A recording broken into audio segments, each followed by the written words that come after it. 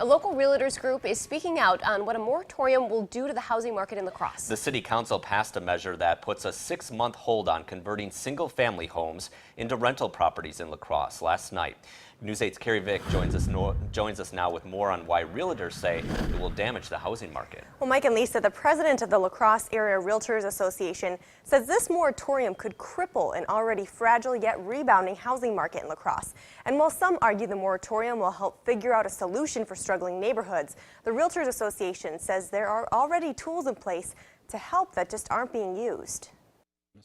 After a few strong comments from council members about the moratorium. How many people are we punishing just to make a statement? They're taking our neighborhoods down. They're devaluing our city. The measure to put a 6-month hold on converting single-family homes into rental properties passed. It's a move La Crosse Area Realtors Association President Mike Pietrek says will damage the housing market. But I think the ripple effect is going to be felt for quite some time. Pietrek says the moratorium is trying to address problems the city already has the tools to fix, like keeping rental homes from getting run down or having too many people living in it at one time. I spent some time yesterday or this last week going through the ordinances, but there is even to condition. I mean, simple things like if you have to have storm windows, have to have screens, they have to have paint.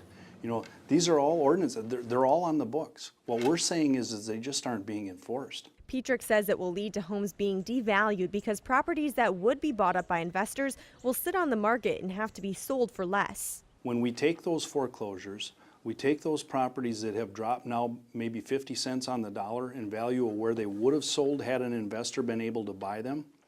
If that value is dropped that low, when houses in the neighborhood go to sell again, the appraiser is going to come out and he's going to use that sale as a comparable. And while Pietrek says it's bad news for the market, more importantly, he says it attacks people's rights. Every person in the United States has the right to own property. They have the right to use that property, and we just feel that this is an infringement on those basic rights.